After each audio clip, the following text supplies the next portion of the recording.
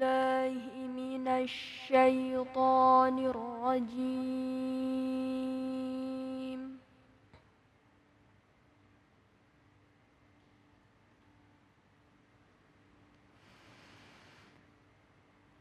بسم الله الرحمن الرحيم.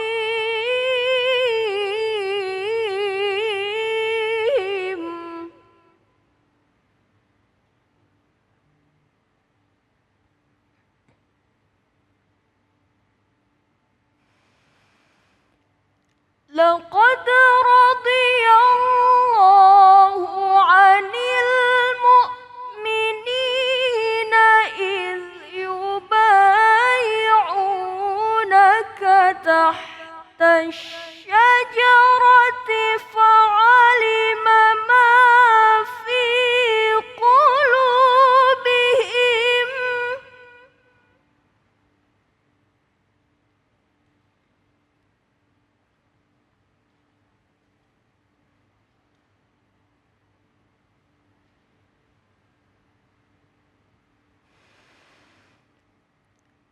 فعلم ما في قلوبهم فأنزل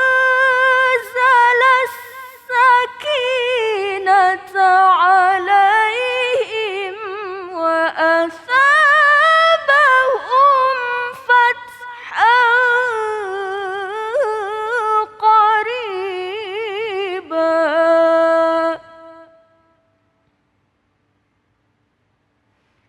صدق الله العظيم.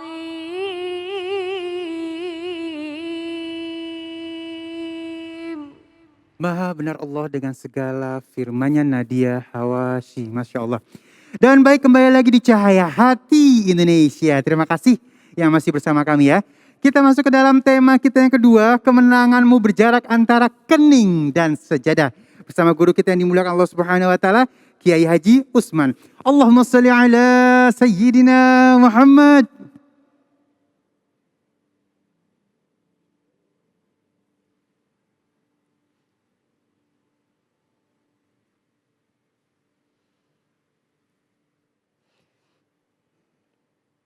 Assalamualaikum warahmatullahi wabarakatuh. Waalaikumsalam warahmatullahi wabarakatuh. Bismillahirrahmanirrahim.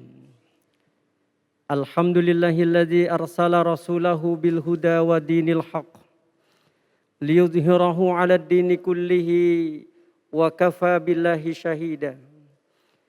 Asyhadu an la ilaha illallah wahdahu la syarikalah wa asyhadu anna sayyidana Muhammadan abduhu wa rasuluh al-mab'utsu rahmatan lil alamin.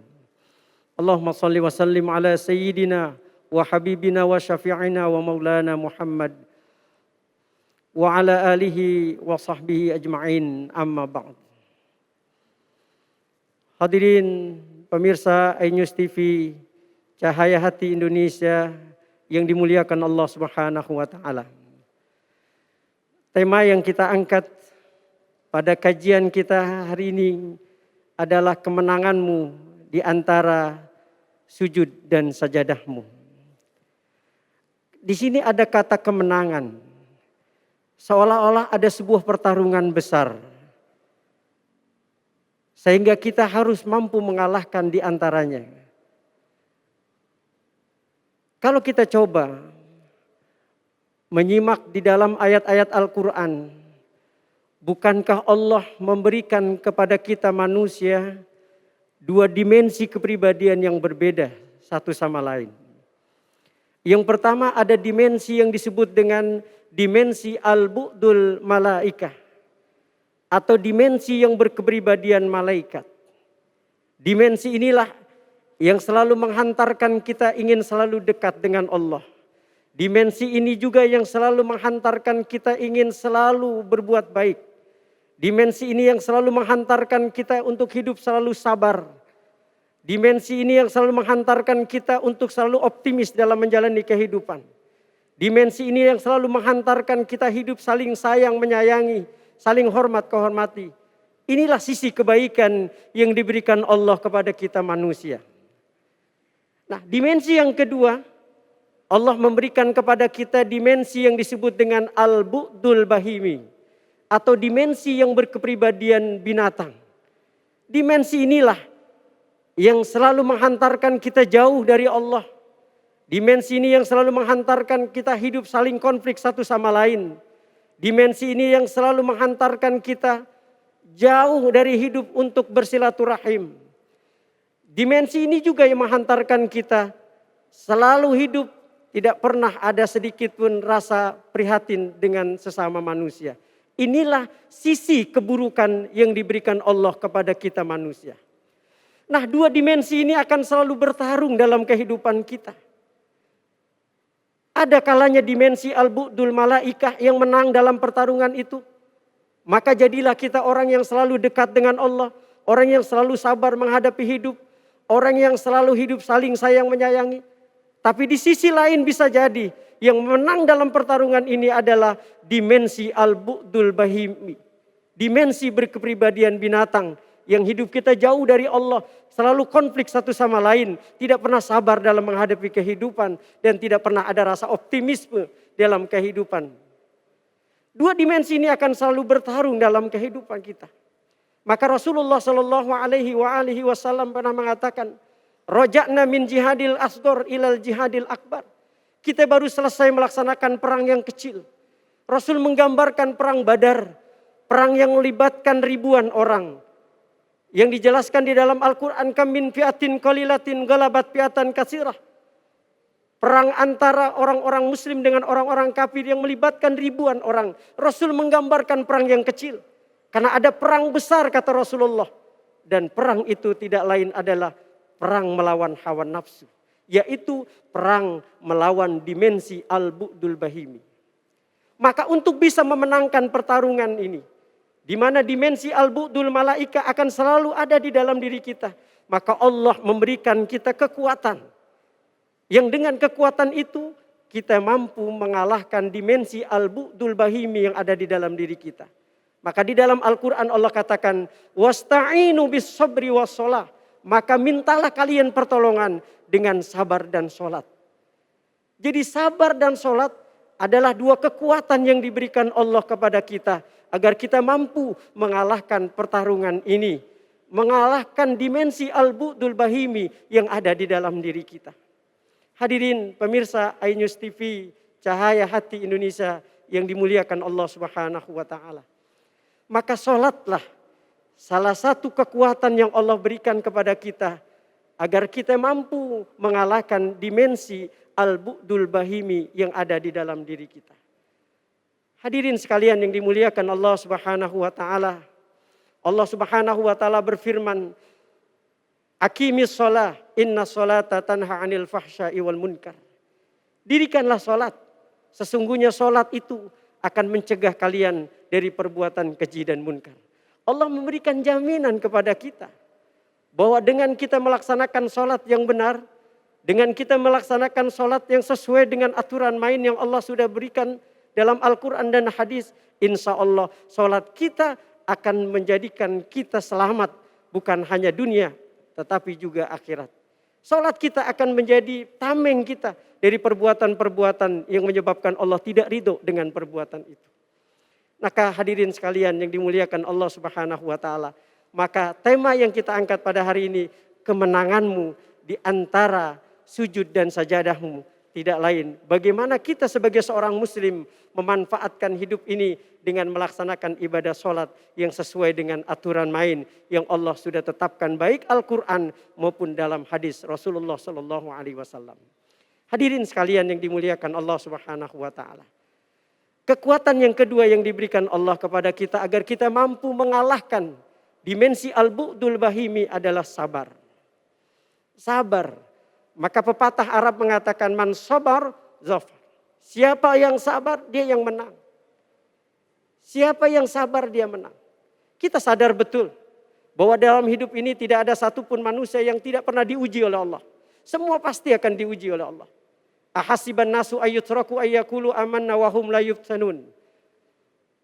Apakah kalian mengira? Adakah kalian mengira Bahwa kalian dibiarkan saja mengucapkan kami beriman kepada Allah sebelum kami uji. Ini artinya kalau kita sudah ada komitmen iman kita kepada Allah.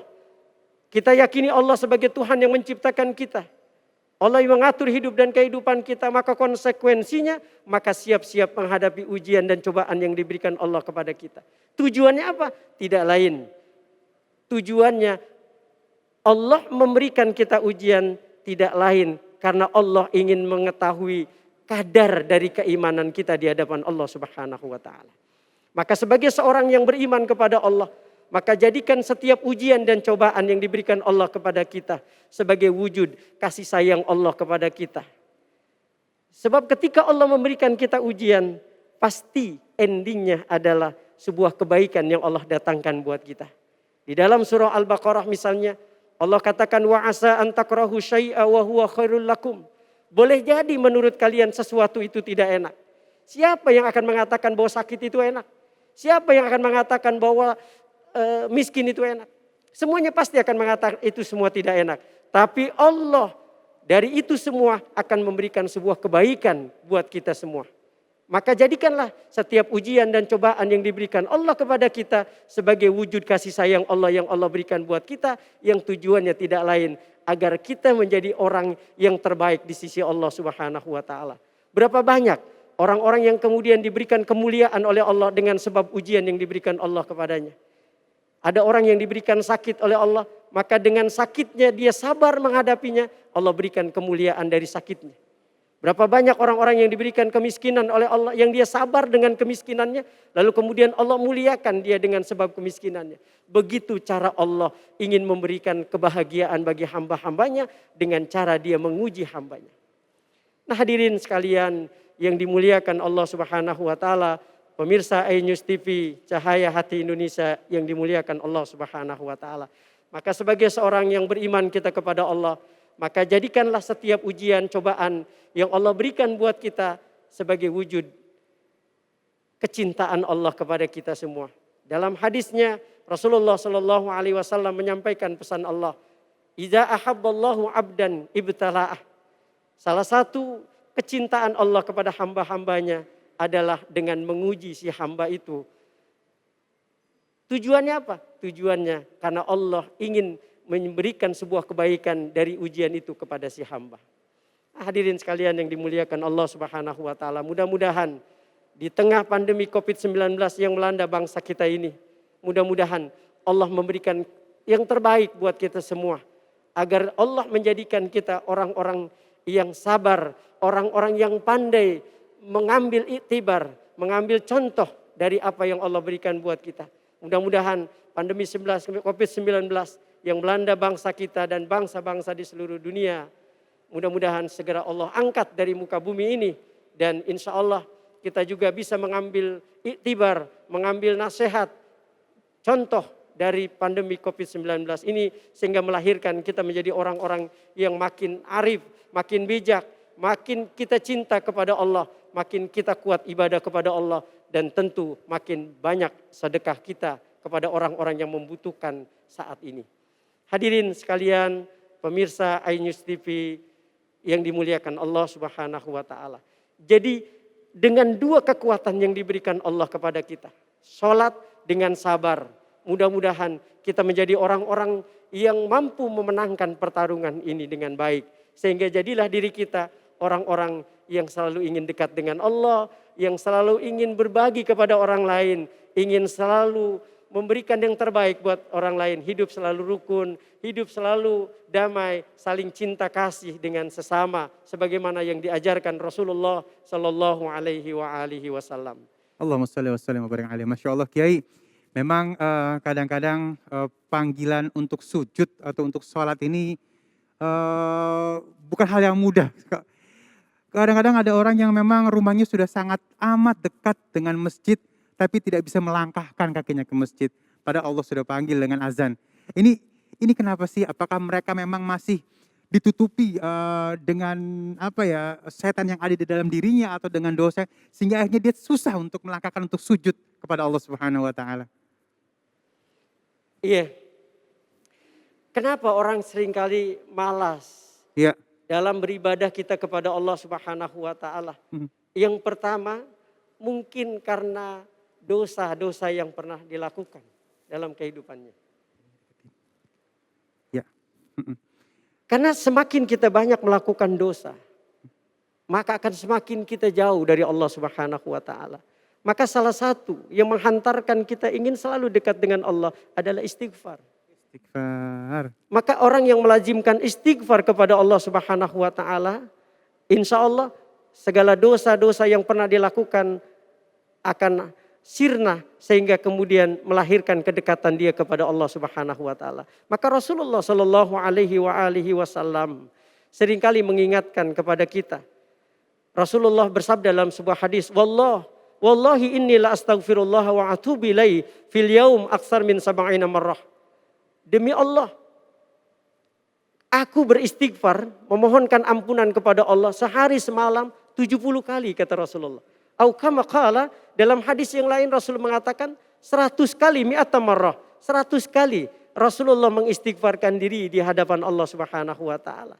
Ini yang sekelas Rasulullah Shallallahu alaihi wasallam sampai begitu luar biasa istighfarnya kepada Allah Subhanahu wa taala. Maka dengan kita istighfar, insya Allah dosa-dosa kita makin hari makin hilang dalam diri kita. Sehingga kemudian melahirkan penghambaan diri kita kepada Allah Subhanahu wa ta'ala. Yang kedua, kenapa orang seringkali sulit sekali untuk dekat dengan Allah? Karena kurangnya sedekah. Kurangnya sedekah. Maka Rasulullah Shallallahu alaihi wasallam selalu mengingatkan kepada kita untuk banyak-banyak kita bersedekah. Sebab apa? Sebab sedekah akan melahirkan mahabbah. Akan melahirkan sebuah kecintaan kita kepada Allah Subhanahu wa taala. Maka ada dalam sebuah hadis Rasulullah Shallallahu alaihi wasallam bahwa as-sadaqatun kifaratun aniz-dzunub. Bahwa sedekah itu menjadi kifarat kita dari dosa-dosa yang pernah kita lakukan. Dan sedekah juga termasuk amalan yang paling dicintai oleh Allah dan dicintai oleh Rasulullah Sallallahu Alaihi Wasallam. Itu yang kita bisa lakukan agar kita lebih dekat lagi kepada Allah Subhanahu Wa Taala. Masya Allah, terima kasih Kiai ilmunya. Tuh ya, jangan sampai kita kalah ya, karena di sini hayya 'alas shalah, hayya 'alal falah. Jadi kita sholat dan kita merenggut kemenangan ya. Dan kalau misalnya masih sholatnya susah, dilawan ya. Jadikan ini sebuah jihad sehingga akhirnya kita menang. Masya Allah, begitu Kiai ya. Dan tetap semangat pastinya ya. Karena sesaat lagi kita akan mendengarkan kisah Nabi bersama guru kita Syekh Fikri Thorik. Jangan kemana-mana, tetap bersama kami di Cahaya Hati Indonesia.